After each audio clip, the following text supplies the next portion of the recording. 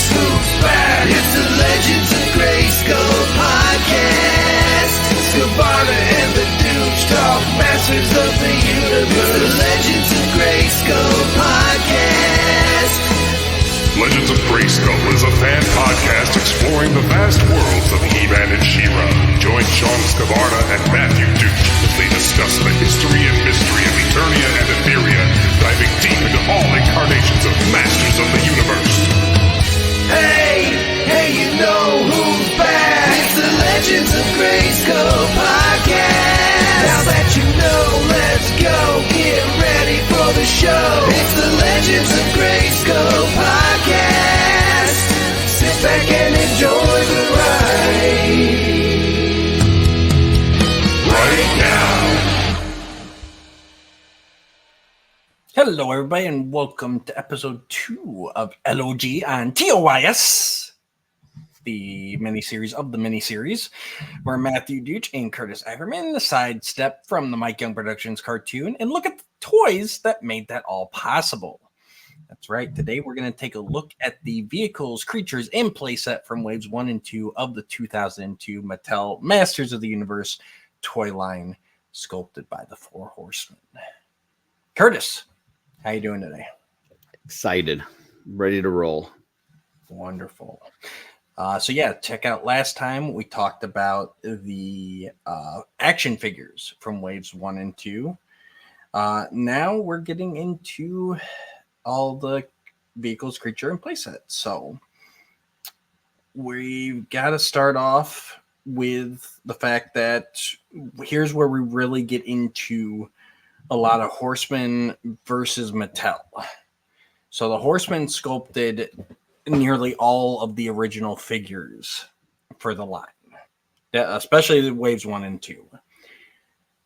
They did not do any vehicle or playset work, but they did do the cats that we're going to discuss today.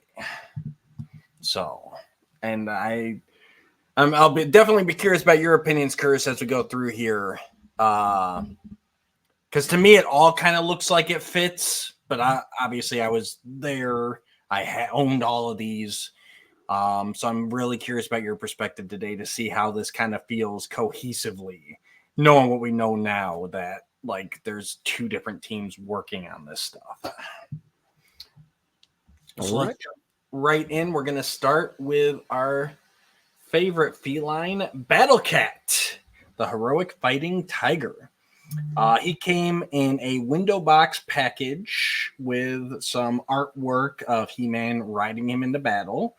And on the back, you had a big picture of Battle Cat. The little windows explain how his features worked, and the cross-cell figures on the bottom. He came with 2 missiles, his mask, a saddle, 2 claw guards, and 2 saddle blasters.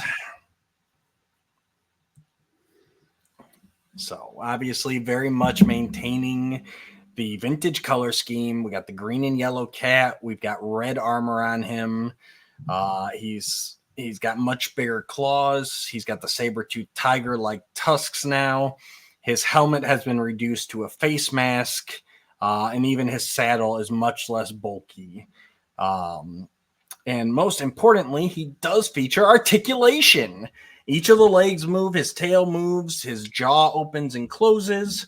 And his action feature, you press the button on the front, the control panel of his saddle, and his claw, he scratched with his claws. Any thoughts on Battle Cat, Curtis? I mean, it's. I definitely would have been excited to get a Battle Cat with articulation. Especially the. I don't have this figure, but it looks like the jaw open and closes. Is that correct? Yeah, I just said that. And then also the head rotates. You got leg movement. That's all cool. I don't like the new mask. I preferred the old one. I also wish the color scheme of the armor was a little closer to the original. That like darker. I don't even know what color you would call that. Like it's like a deep red, whereas this is more like a bronzed red. Yeah. So I wish they would have went with that color. You don't have the picture on here, but like in the book where they've got like the missiles attached to the side, looks Yeah. absolutely ridiculous. Yeah, I I don't don't. I don't think I ever attached those. If I did, they were taken off shortly thereafter. Yeah, Like, that looks there's no reason ridiculous, for and it doesn't match anything that I've seen so far in the series, and I don't know why you would need that. Yeah, that's weird. I also am not. I don't need the claw protectors or whatever in the front. But I do like the individually painted, the nails on the claws. It does look a little bit more fierce. The paint scheme on the body, like the way that they did the stripes, looks Yeah, really cool. So it's there's intense. things I like, things I don't like. But I think I would have just been happy overall to get an articulated Battle Cat. So Yeah, I mean, this coming out, wave one, he looks awesome. It's one of those things where I've got to imagine, like we talked about with the action features being added, like those missile launchers had to have been added by Mattel. They're like, how do we make this cooler? Give it missiles.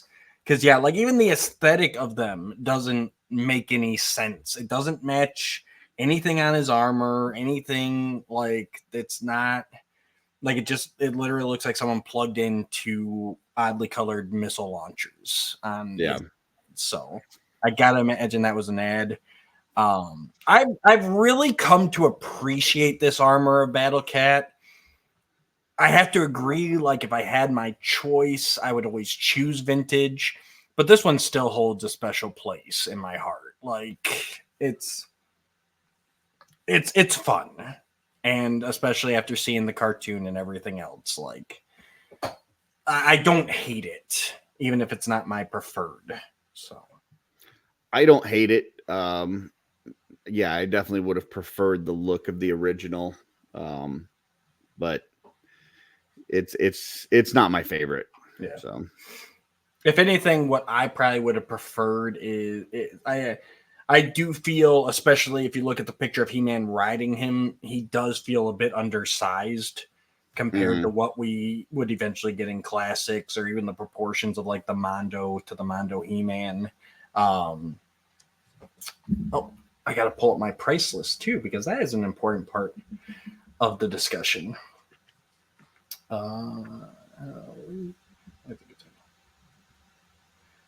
So he was part of Wave One, and he retailed for $15.99. Both of the cats did. not bad. No, not at all. Definitely very, very affordable. But yeah, they knocked this one out of the park. All right, let's jump on to our evil cat, Panther. So obviously, again, we got an articulated cat. He did maintain the flocking that he was known for in the vintage line. He is not just a repaint of Battle Cat. He has his own unique sculpting, along with his saddle even being a unique sculpt in a very traditional bluish green color. And he came with two different missile launchers that attached to his armor, very oddly. And he did have the same action feature. You press that button on the control panel of the saddle, and he slashes with his claws. This, even more than Battle Cat for me, like just knocked it out of the park. He's got these cool claws that are more serrated blades. His teeth are wicked. He's got like teeth on teeth, almost shark-like. He looks so darn menacing. And I've always loved that color scheme of Panther with the purple fur and that bluish saddle. Like, again, if I attached the missile launchers, they were quickly taken off. Yeah, I don't need the missile launchers. That does nothing for me. I also don't need the action feature, the swiping of a No. paw that is, you can lift it a little bit off the ground and then swipe it to the ground like that. Yeah, that does nothing for me either. That said, the armor looks great. I think the flocking is amazing. It's interesting how on the face, like on the cheeks and stuff, even with all that flocking, you can still see the details of the sculpt. Yes. He definitely looks more menacing than Battle Cat, which is great. So the fact that it's a different sculpt is awesome. So yeah, this one's amazing. I really do like this. Yeah, and interestingly enough, if you look at his box, it's the same window box as Battle Cat. It's got the illustration of Skeletor riding him into battle, but it's faced the opposite way. So you could actually you could have them in box facing each other like they're squaring off. So that's cool. That's a neat if feature. You're an inbox collector, I guess. Yeah, it's interesting, especially at this time when we talked about before, like they're refusing to acknowledge that they have adult collectors. So it's interesting that they designed. I'm assuming they were just thinking on store shelves, it'll look cool. But yeah, it definitely translates to the inbox collector. And fun fact for him, if you look on the cross sell art on the back, it actually shows an unflocked Panther, which I believe that's what we were shown beforehand. Oh, interesting. Was him, because obviously the prototype's going to be made with no flocking. So, okay. But yeah, it's definitely one of those early ones where it's like, it's cool that you can still see a lot of, like, there are some details that are lost because of the flocking, but there's enough that come through to where it still really makes it pop.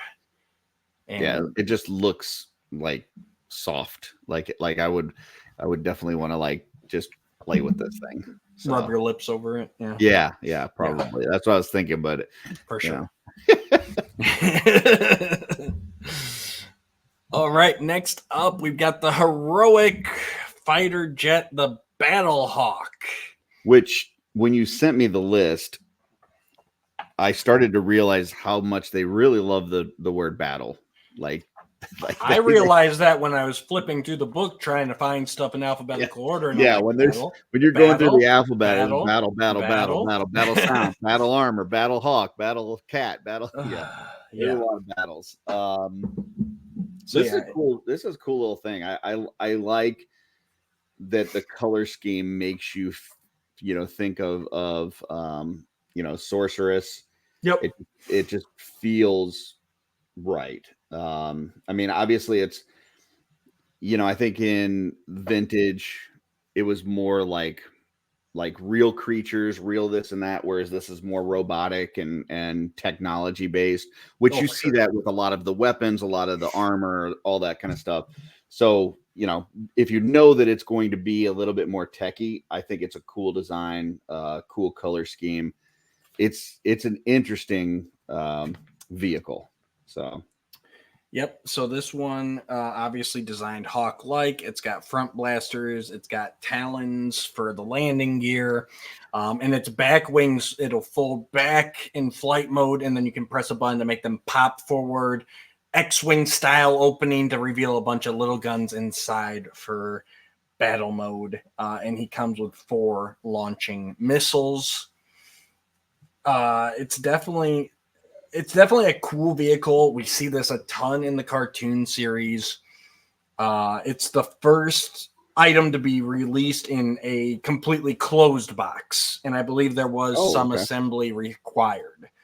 So you just have the box, no window, and then pictures of everything on the front and back. Interesting. Definitely looking at it now. I love this vehicle. I loved it when it came out. I thought it was a great nod to the vintage vehicle line. And I love the colors.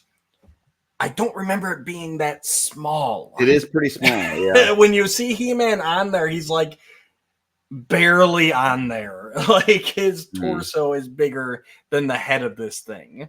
Especially I think after rewatching the cartoon series, where they basically fit inside it. Like, this is definitely a small vehicle. But it did retail for the same price as the Cats. It was only $15.99. So. Yeah, I mean, I just, as far as my aesthetic, I would prefer it without like the missiles and the lasers on the battle cat and all the tech stuff. I would, if this was just more of a bird, Yeah. I would have, I think, liked it better. But as is, it's still pretty cool, and I really appreciate the color choices that they made on this. Yeah, I mean, it's also very Talon Fighter reminiscent. Oh yeah, for sure. And actually, those front guns they were removable, so theoretically you could have it with just the wings in front, if you so wanted. Yeah, cool. But yeah, definitely a cool vehicle. So of course the Evil Warriors have to answer back with the Pterodactyl. This jet fighter looked like a pterodactyl. We've seen this much in the cartoon as well. It's got claw landing gear. It's really far back in this book, and it had firing missiles as well. So now this one doesn't. Oh yeah, that was the cool part. Is that the front like neck part behind the head on this popped up, and the gun popped up out of it. So, yeah, this is a really cool vehicle. And Skeletor does not look as bad. It's still obviously a smaller vehicle, but he does not look as undersized as He-Man in the Battlehawk. Yeah. To me, this doesn't feel like a Masters vehicle. Like I do think it's a cool toy. Okay. I like it. I like the deep purple on it. I love the design. It feels like something that would be in like the Mask series or something along those lines. It I don't know. It doesn't feel Masters of the Universe for me. You think that's just the color scheme, or you think because it's so jet fighter-esque? So jet fighter with missiles and lasers and all this kind of stuff. Like it's just, you know, I understand there's like Masters has magic and sword and sorcery and some tech, but I feel like on some of these vehicles, they're going vehicles and weapons and whatever, they're going like super heavy on the tech side when it comes to the toys, and it just, the aesthetic doesn't look right. I think, you know, if you didn't tell me that this was a Masters of the Universe toy and you just put this thing in my hand and told me, you know, asked me what I thought about it, I would go, man, this is a really cool freaking toy. It really is. Just doesn't feel Masters to me. Gotcha. Does it help seeing it in the cartoon series so much? Or is it one of those things where even when you see it in the cartoon series, you're like, if it wasn't for the cartoon series, I would say that this definitely isn't Masters, but even the cartoon series, I feel like isn't as techy as this. Like we see them using it, but it doesn't look like, you know, like a MiG-28 or something. Like it doesn't, you know, it looks more like an actual pterodactyl. You know, so yeah, I don't know. Gotcha. It's a cool toy. It definitely is a cool toy. It just feels a little off for some reason, like out of place. Yep. And again, it came in the sealed box, just like the Battlehawk, and it retailed for $15.99 as well. Did any of these that either we've covered so far or ones that we'll look at in the future, did any of the vehicles or anything come with a figure? Like, was there? We'll get there. These did not. Okay. These did not. Yes, definitely there are some that did. So these are, so far we've got, so this is all wave one so far. So we've got our both our heroic and our evil cats. Now we've got our heroic and evil standard vehicles for flying vehicles. Yeah. Well, I'm just saying by the price point, because you're going to see this pattern too.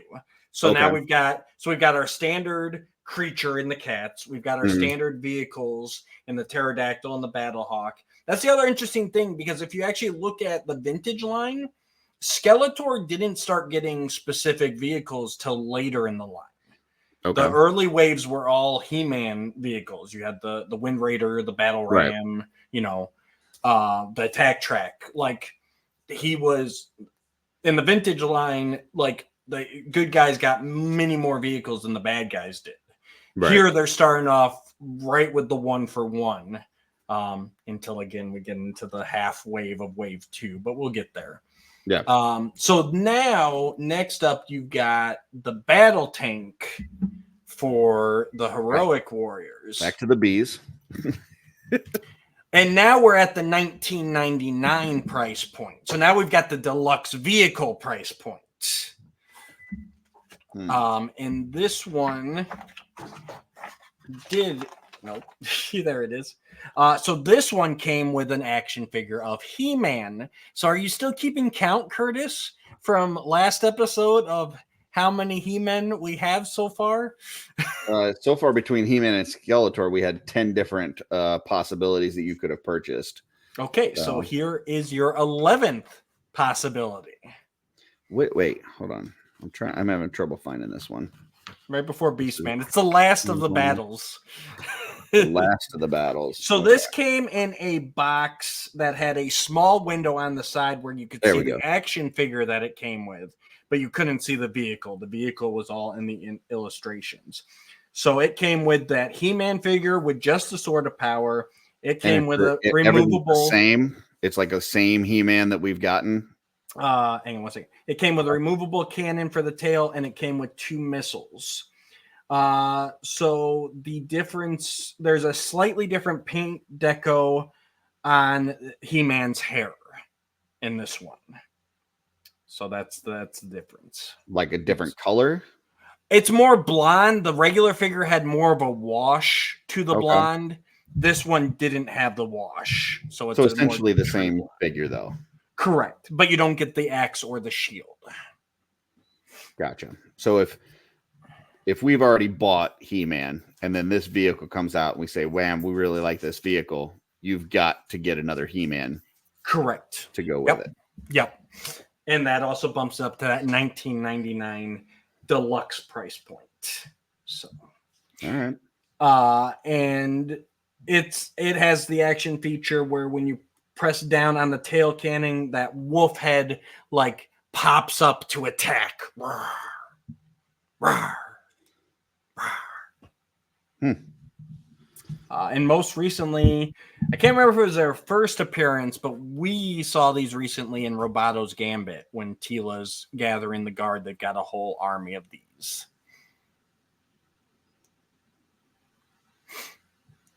I like the...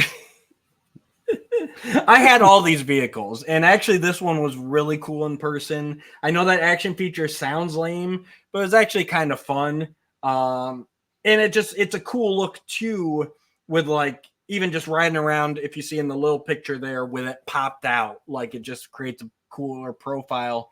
And the interesting thing is that they have the He-Man's old, at this point retired, cross symbol on the side, which we also see in the animated series, that it seems like that standard cross symbol becomes kind of more of a royal family symbol. Interesting. So that's a lot of fun to see. But I really like this vehicle. I like the color scheme. I just remember it being a lot of fun to mess around with.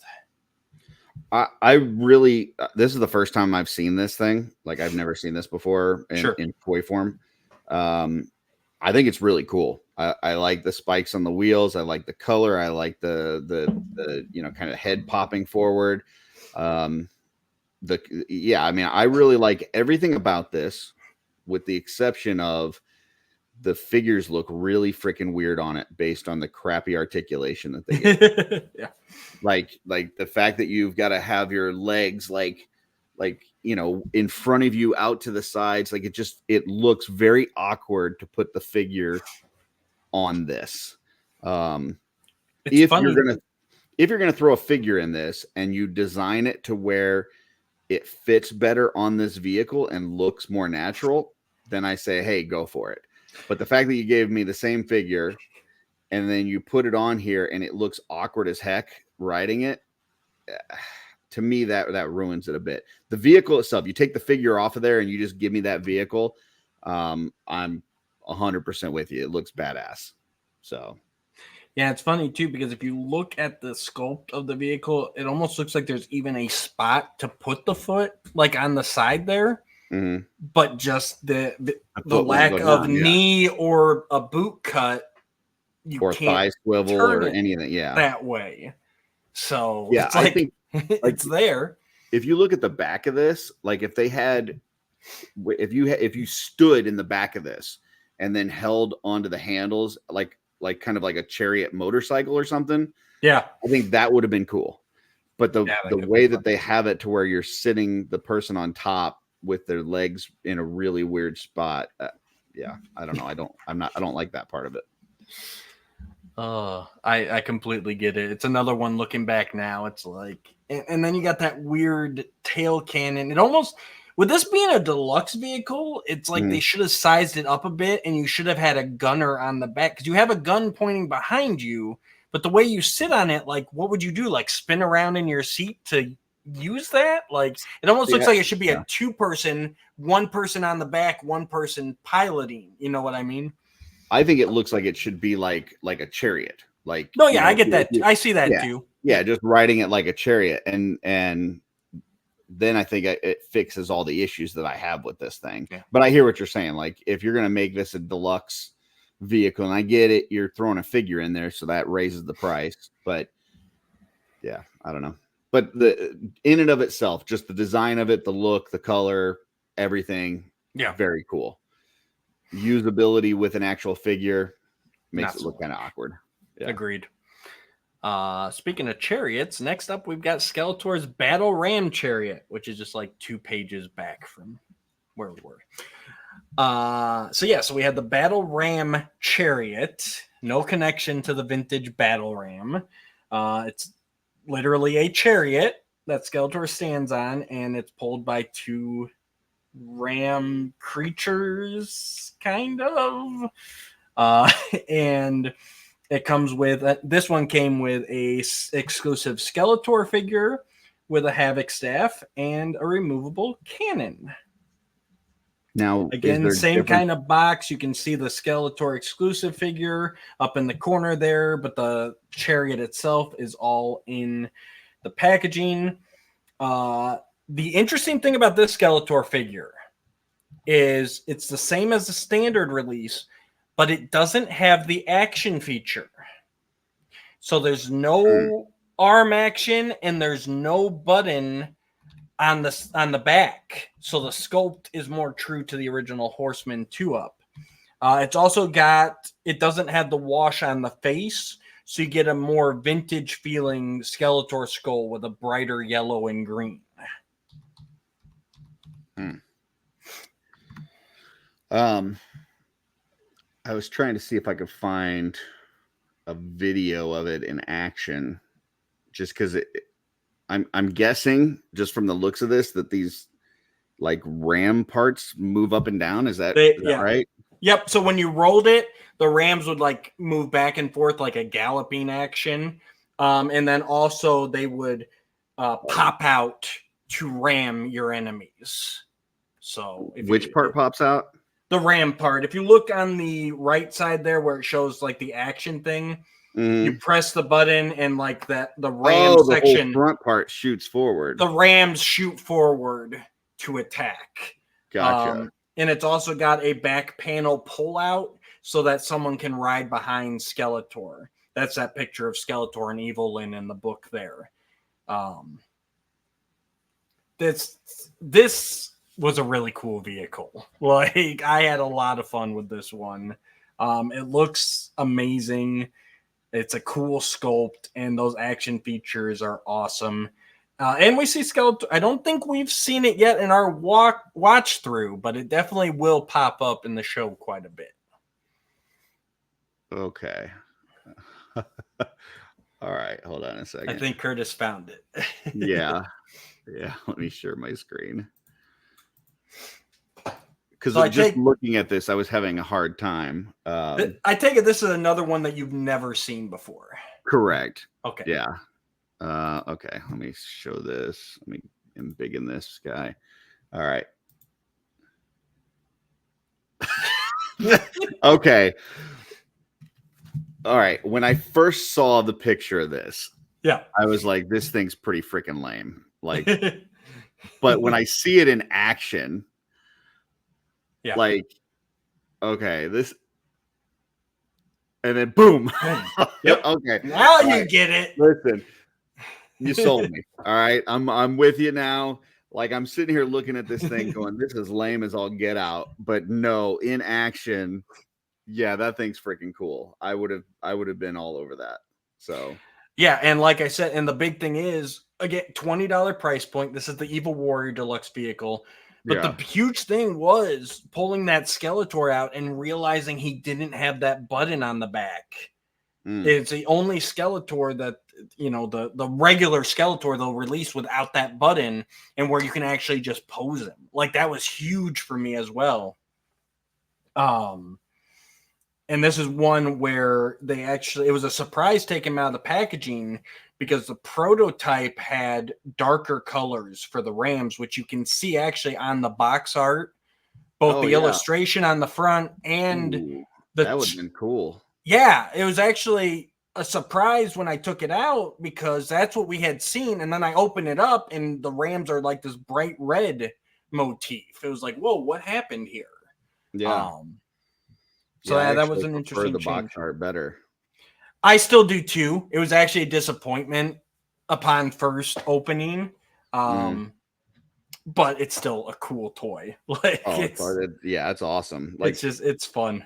you don't get it till you see it in motion, but yeah, when you see it in motion, yeah, that thing's cool. Yeah, this one definitely, pictures do not do it justice at all. Yeah, I'm down with this.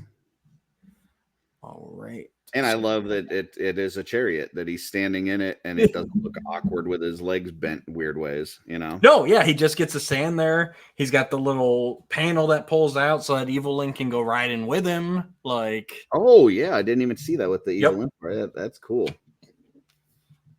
Nice. It's like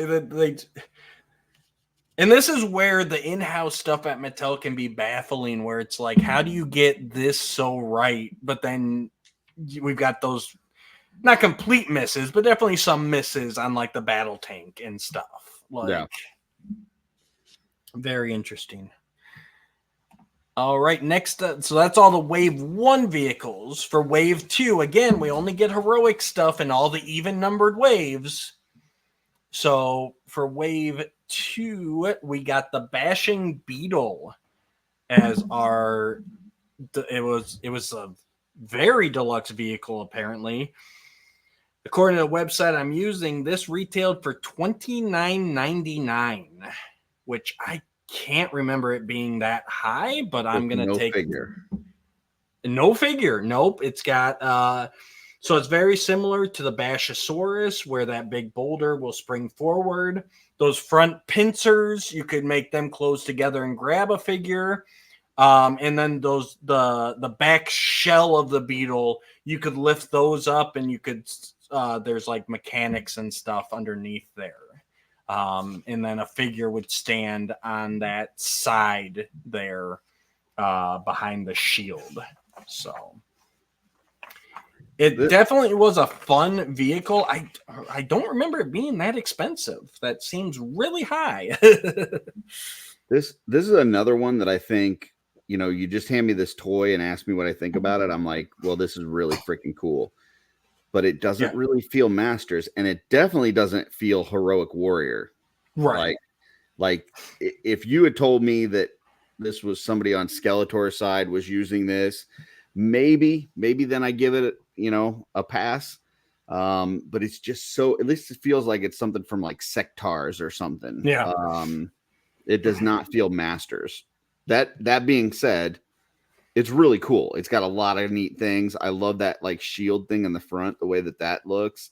Yeah. The bashing action, the pincers, like it is a very cool thing. It just does not feel Heroic Warrior Masters of the Universe. Yeah, I think a big part of it is, and it's like, I've obviously, like, you get this for the bashing. You buy this for the bashing. But I agree, there's something about the hodgepodgeness of it that doesn't make it feel like a heroic vehicle. Like, you go from the Battle Hawk, which is all sleek and, whatever, Talon Fighter, if you go back to vintage, like, and then this just looks like something that was made in a junkyard. Yeah. Like, it needs that more polished look to me. Yeah, I could see like Trapjaw and Triclops putting this together, like working Right. together on it. And it's like one of them's working on one part, one of them's working on another. So it looks kind of hodgepodgey. Yeah, then I got it. But like just the picture that we see on the page that we're looking at has He-Man writing this, which looks really weird. Like He-Man just should not be writing a Beetle. Yeah, it just doesn't look right. And not only that, but Battle Sound He-Man. Yeah. As well. They got, and then I was trying to see. And that does seem like a pretty high price point. Like $29. Like even if you think about like Origins today, if they put out a vehicle, $29 today would be right up probably the limit of what I would want to pay for a vehicle today. This is 20 years ago. That's a pretty high price point for it to not come with a figure or anything like that. Yeah, that's the hard part for me too. It's like we were just talking like $15. So this thing is worth 2 Battle. Like I got the Battlehawk and the Pterodactyl for the same price as this. Yeah, that's interesting. And honestly, looking at the He-Man figure standing on in the picture, like I still feel that's the one thing I'll take with these vehicles is they almost all seem undersized. Yeah, it really feels like they need to be just 10% bigger. Mm-hmm. Probably except for the Chariot so far. That's the only one that looks like, it works that size. Right. Especially if you were doing $30 for this. But I know I bought it, so. I mean, it's a cool looking toy for sure. Yeah. So. And it was great in the cartoon. I was trying to see if I can't find a quick image of it from the cartoon, but I feel in the cartoon it did feel more finished. It didn't feel as Beetle-y either to me. Like it was more the Bastion and less the Beetle. Yep. Well. So I think that's one that definitely benefited from the tune. All right. So that was our only vehicle of Wave 2. I did forget about this. So also in Wave 1, they released the kids roleplay He-Man Power Sword. Which it lit up with like a lightning effect in the blade. The hilt part turn? Nope, it did not turn. But you could press the cross symbol and it would give you different phrases from the series. So interesting that they got the old school Iron Cross on it too. Well, the toy always had that. If you look at the toy swords, they kept the cross on the hilt of that. The only place they changed it was on He-Man's chest harness. Gotcha. Oh yeah, and it had the battle sounds too, where if you like hit it against something, it'd be like clang, clang, So that it was a lot of fun. I bought one. Not gonna lie, I bought one, and I actually used it 1 year for Halloween. I went as Prince Adam and used it, and the other year I went as He-Man and used it. So. It also may have appeared on the back of Villager #2 in our high school production of Cinderella. So I can neither confirm nor deny that. Anybody's got that footage, please send it to us. It's out there somewhere. We recorded all of our plays, so it's definitely out there. Great. But yeah, I mean, it's a no-brainer. You throw a power sword to the kids. I'm actually disappointed that they never did a Havoc staff. I don't know. I don't think this was on my list of prices. No. I can't remember how much. I want to say probably $20. Maybe 15. But yeah, I can't really remember, unfortunately. All right. Then we'll move on to our first play set of the line, and that was Castle Grayskull. Obviously updated in this. We will be talking about the 1.0 release. If I can get to it. So this came with a key, an exclusive sword of power, 3-piece dungeon cage, cannon, missiles, trident, flag, lasers, shackles, and 2 daggers. So it definitely had a spot on the wall that was very much reminiscent of the vintage weapons rack, which is why it had all these weapons that would go on there. The exclusive sword of power was a silver chrome vac metal one that you could store behind a secret door, and it would show through the front there in that sword window on the left side tower. Oh, that's cool. And then it obviously, like the vintage Grayskull, it folded closed and opened up. 3 levels of play with the floors. And then it also added a balcony on the right side tower that you could place a figure out on. We hadn't talked about it yet, but these first figures actually came with a chip in one of their feet. I think it was the right foot. And when the castle came out, there were spots on the castle where you could place the figure and it would react to it by scanning that chip and realizing who it is. So, for instance, okay. So it had lights and sounds. The eyes of the castle would light up. The torches on the inside of the castle would light up, and then it would speak.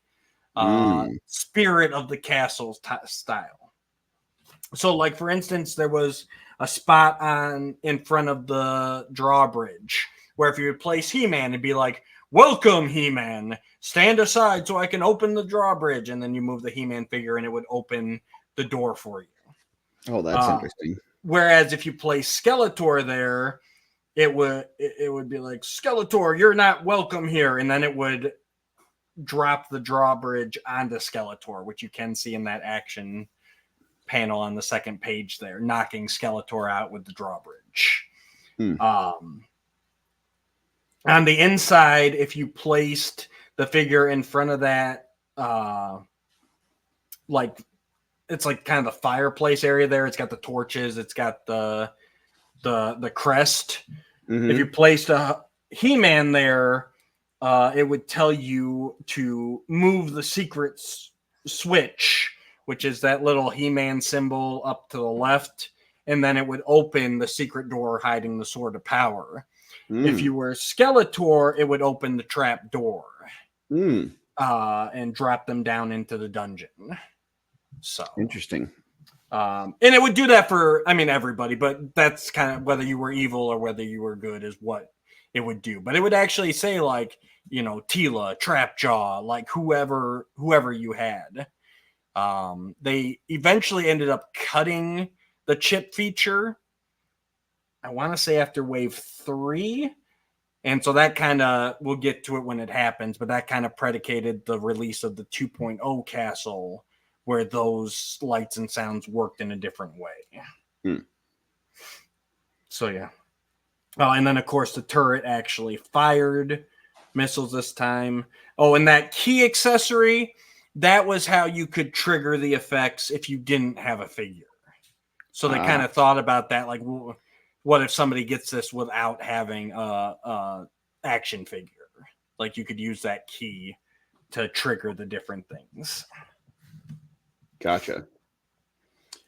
So I've seen the shell of this before. Sure.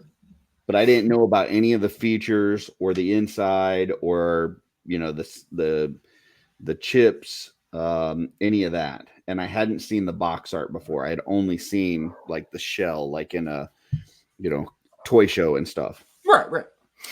And just from the shell, I did not like it. Like, it wasn't my Castle Grayskull. I don't like I think the face on it is too changed from what we know as Castle Grayskull. And even in the cartoon series, the 2000X, it looks more like the filmation than it does this.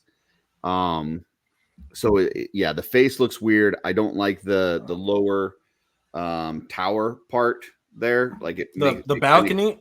Like it creates this weird juxtaposition there that I think it's too low to where it just looks a little off. and I don't like that the door, it's got like that, whatever way, which, okay, if the bricks were going to go in front of it, that's one thing, but then the door couldn't open that way. But then when the door opens and the door is also like wavy, like Right.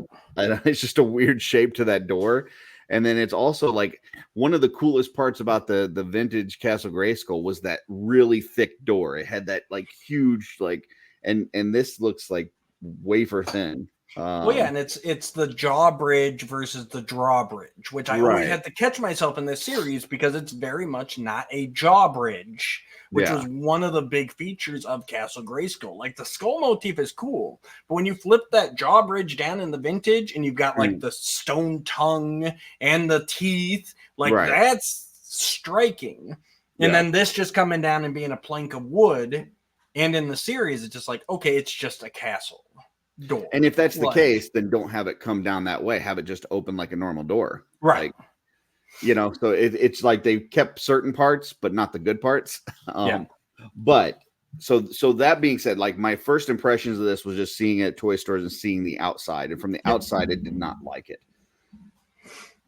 After hearing you and seeing the things that I'm seeing in here, I think first off, starting with the box art looks awesome. Oh, it's amazing. I love the front of it. Like it makes that face look really cool with the light up eyes and all that kind of stuff.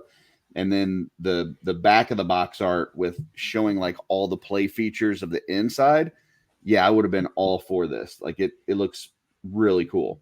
Or even the side panel there where it's just a close up of the glowing eyes. Yeah. And it's actually even a different picture because they're like at an angle now. So it's not even like they use the same picture, but like, yeah, that box art is amazing. Right. And that side look and even, the side look there, especially like you can see the shape of the nose. The shape of the nose is way more like the vintage than what you have in this toy. This toy's got the really narrow kind of nose hole, which looks kind of awkward to me. Yep. But then you get inside. I love the weapons on the wall. Like that is super cool. The trap jaw feature, the stuff with the chips, like you're saying, the spot where the key goes. And then really love that thing with the sword kind of showing through the sword window on the castle. So there's a lot of things to like in this for sure. So yeah, it's a neat take on it. I don't like the front, but pretty much everything else I do like. Oh, for sure. No, I completely agree with you. I think especially for me, part of the front issue is the fact that they made the skull so gray.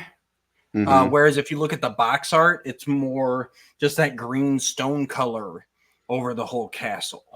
Well, it's almost like they accentuate, like these in-house Mattel designers didn't get it, where they're like, well, we have to make the skull gray. It's gray skull. And it's like, no, dude, so, like so that. Dumb. Yeah. But that's literally what it looks like in the picture. Like it's so gray. I can see that. What you're saying makes sense, but it's dumb.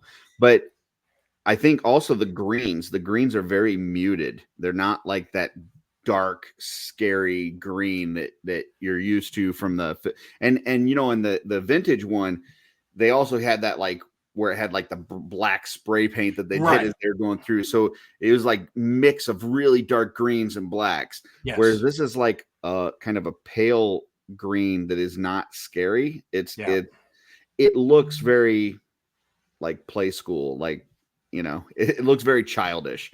For sure. So like I said, from the outside, not a fan. The inside and all the different features and stuff. Oh, for very sure. Cool. No, it's a lot of fun. And just a little fun side note, they did release a puzzle of that box art, but without any of the graphics or logos or anything. Oh, that's cool. So yeah, I've got it around here somewhere. I should have dug it out. But I honestly, this thing's really bringing back memories for me. I hadn't thought about that until you started talking about the box art. I'm like, oh yeah, they made a puzzle of that, where it's nice and clean. So I like the shackles too. The shackles are a nice touch. The cannon's fun. The there was something else I was going to talk about. Oh yeah, that power sword, like especially being a vintage guy, like I use that power sword more than I did the one that came with He-Man because it's a straight silver. It doesn't have the turn of the hilt. It's one solid piece. Yeah. So that was actually my preferred power sword for my He-Man figure right there. That's cool. And that was $59.99. And I found mine based off a tip from the He-Man.org forums. There was a rumor on the boards that Kmart was getting theirs early prior to its official release date. And I went to my local Kmart and I found one. And not only did I get my Castle Grayskull from Kmart, but I remember specifically that I paid with a check because my bank was closed by the time I got off work and was able to go check out Kmart. So if that kind of dates how old or how long ago that was, I bought my Castle Grayskull from Kmart with a check. Yeah. You don't hear many people saying that today. So. Nope. Yeah, I mean, $60 doesn't sound bad for a playset in early 2000s. Oh, no, with the lights, sounds, action features, like, no, this thing was a blast. And the fun part, it also, like, it folded up, but because it's got those two walls, it forms three sides of the castle, and so it also creates a thinner profile. So like I could put that when I was just setting it, I had it like just on a bookshelf, and it fit really nicely because it's nice and thin when it's closed up, as compared to the vintage Castle Grayskull, which is very bulky. See, I have to think that if I was, and I thought the same thing when they just did the Origins one recently for the Castle Grayskull. Like, if it's me and I'm buying this toy line, I probably just go out and buy a vintage Castle Grayskull. Because I think the scale is going to be pretty similar still. I think it's a better overall look. And they made like 10 trillion of those things. Like you can't go to a toy show and walk 5 feet without seeing a shell of an old Castle Grayskull. So even, I mean, if you want everything inside, you want it 100%, maybe that's a little bit more difficult. But if you just want the shell of a vintage Castle Grayskull, you can find that anywhere. So, well, for Origins, definitely. But remember, this is a 6-inch line. Yeah, but I mean, the originals were 5.5. So, I mean, you're still pretty close. I would say it's a pretty big scale difference, because I know I still had my vintage Grayskull at the time, and it definitely did not. I mean, you're only talking half an inch difference. Hey, a half an inch makes all the difference. Don't let anyone tell you differently. Okay. But yeah, no, it's fun to get the update. I actually love the balcony. I get what you're saying about like height wise, but it's one of those things where it's like you have to sacrifice kind of the reality for the playability. And like this one, there was just so much, like even at that top, there's like a walkway along the whole thing. It's not just the towers like the vintage. There's actually a walkway behind that. I like the top part. I just don't like that shorter balcony in the front. But probably the biggest thing that drove me nuts on the toy was the fact that they had to put the He-Man symbol tattooed onto the Grayskull forehead. Yeah, that's kind of dumb. Like that was probably my biggest, like, oh, come on. Yeah. But no, definitely a lot of fun. Still a killer playset. And I don't see on here, they don't show it. What is it when you have it fully open? What does the front look like when it's open? Like just like that. That's the front doesn't change. The sides, the back folds out. It looks like the sides kind of come like it looks like it's curved a little bit. So when you would have it open, it looks like you would see at least a strip on each side. At least from like the on page 295 where you're looking on the inside. Yeah, I see what you're saying. I don't remember. Hang on.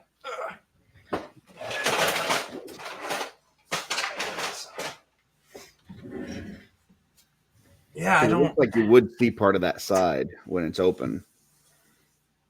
And I'm just wondering how that matches. Oh, if you flip to the next page and you look at the 2.0 release, it shows it with it open. Oh, but yeah, okay. it's very minimal. Gotcha. Very and it does minimal. look like just part of the towers, so that's kind of cool. Yeah. Yeah. I didn't remember there being like much of a it doesn't add like a whole panel to the front. Right. But yeah, it definitely looks great either way.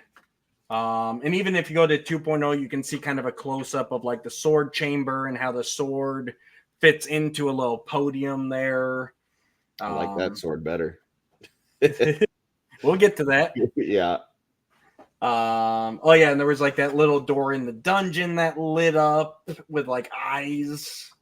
The flagpole could be moved around either in the middle of the castle and the top or to the side.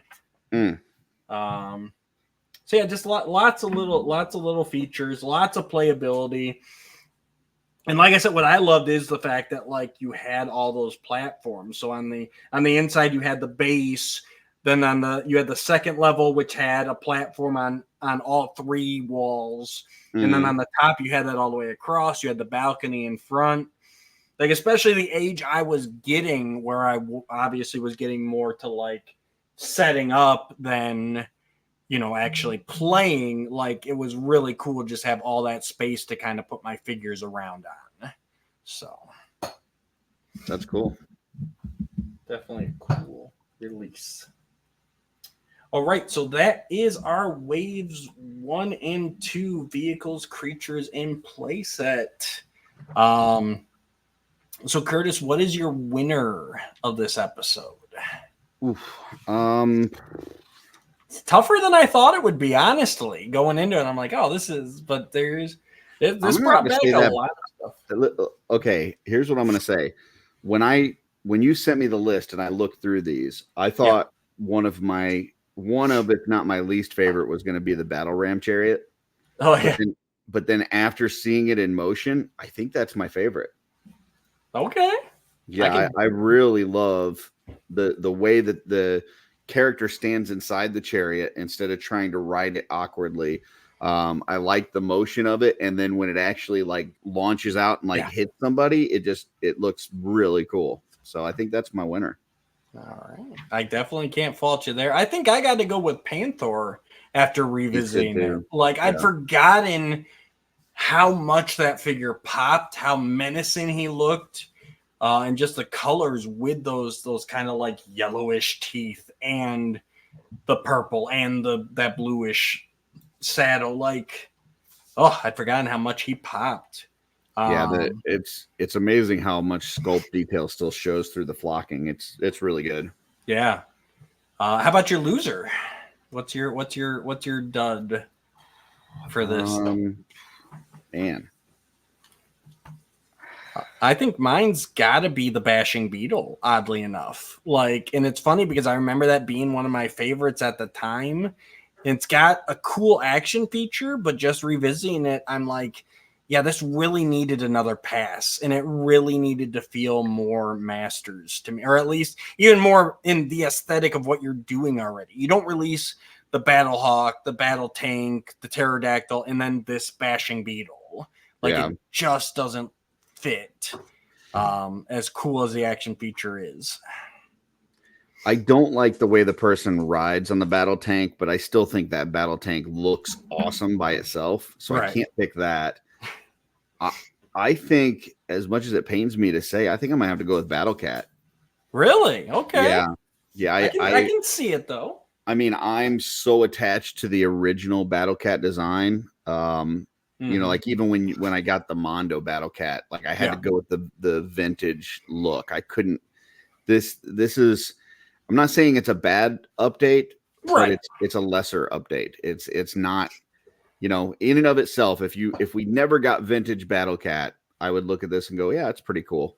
But being as we had vintage Battle Cat, I don't think this is an upgrade. I think this is a step backwards. So sure. I can't fault you there. If anything, like what really surprised me about this was how solid all this was. Like, I actually going into this was like, oh, we're going to do vehicles and creatures as their own episode. I was kind of like, because it's definitely one of the things where people kind of bash, no pun intended, on the 2000X vehicles, especially with them being designed in-house by Mattel. And it's like, while I can see some shortcomings, like actually these first two waves were pretty solid. No, I think all the stuff looks really good and looks like it would be very fun to play with. I do feel like some of the stuff doesn't feel like Masters. Yeah. But as just a fun toy to play, because I mean, we all know when we were younger, you might get a vehicle or a play set from one line, but then you mix it in with other lines and you use it. Like, I could see several of these vehicles being used for many different lines. Like, you would play with it with other toy lines. For sure. So I think they're super cool. Some of them don't really have a Masters vibe to me. I completely get That's that. where I think maybe Mattel missed the mark a little bit, was just the tying it into that aesthetic. But as far as like just toys, they're fun looking toys. Oh, absolutely. All right, guys. We thank you for coming along with us on this little side quest of L.O.G on MYP. Let us know your thoughts on these vehicles, creatures, playset. Check out the toys of He-Man and the Masters of the Universe if you haven't already. I think definitely the plan is to go through the whole toy line, right? Just like we've gone through we are going through the MYP series. So yeah, and I would like to kind of figure out like when stuff was released toy wise versus where we're seeing it. Like recently we talked about the Ice Armor He-Man and that kind of thing. So it'd be interesting to see, okay, when did that episode air and when did the toy come out, and kind of tie that together if we can a little bit too. Yeah, I think we're definitely in a good place here where it's like everything we've seen thus far has been there. We just got the battle tanks, we got the Bash and Beetle, like, so it definitely follows along the trajectory. So it'll be interesting as it goes along, because obviously it's a bit quicker to produce a season of a cartoon than it is waves of toys. So, this takes us up. I think we might have in next episode a few releases kind of end of where we are right now, but it'll quickly become like the gap's going to widen, unfortunately. But that's all for next time. Click all those buttons down below there. Like, share, subscribe. We'd really appreciate it. Tell us what you liked. What was your favorite? For sure. Which ones you didn't like? Yeah. Yep. Nigel, looking at you. You've given us your Power Sword rankings. We need to know your winners and losers now too. So, all right, guys. Thank you so much. Until next time, go pull these toys out of storage. Oh, come on.